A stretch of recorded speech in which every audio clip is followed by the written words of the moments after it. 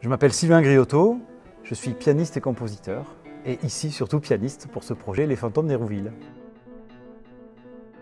C'est un récital de piano semi-improvisé avec des fantômes. Qui dit fantôme dit inattendu, en fait. Et justement l'inattendu, ça permet de stimuler l'improvisation en fait. Pendant le confinement, je me suis amusé à me donner une petite discipline.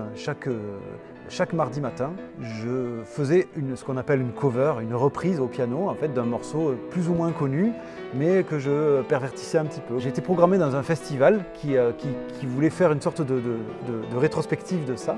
Et je me suis aperçu que faire un récital de piano avec des reprises, des covers, il fallait trouver une histoire en fait, à raconter. Et à peu près au même moment, avec mon épouse Catherine, on a eu l'occasion, la chance de visiter les châteaux d'Hérouville dans le Val d'Oise parce qu'on connaissait l'ingénieur du son. Ça a été un choc et ce jour-là, en fait, on s'est dit mais c'est ça l'histoire qu'on va raconter. Alors du coup, je me suis intéressé aux morceaux qui ont été composés, enregistrés, produits là-bas.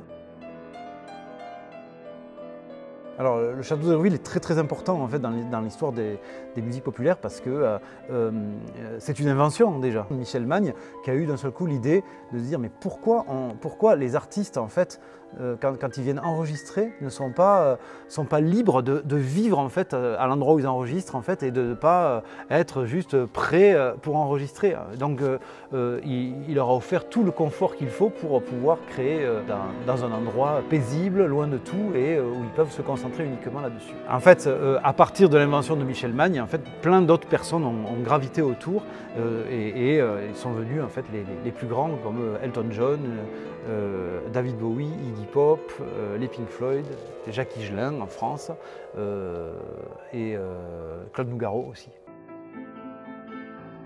Ce qui est très intéressant avec une tournée improvisée, c'est qu'il n'y va pas avoir deux concerts identiques en fait. Voilà, la dramaturgie d'une improvisation peut basculer à tout moment et donc c'est ça c'est très intéressant à vivre et c'est absolument pas ennuyeux.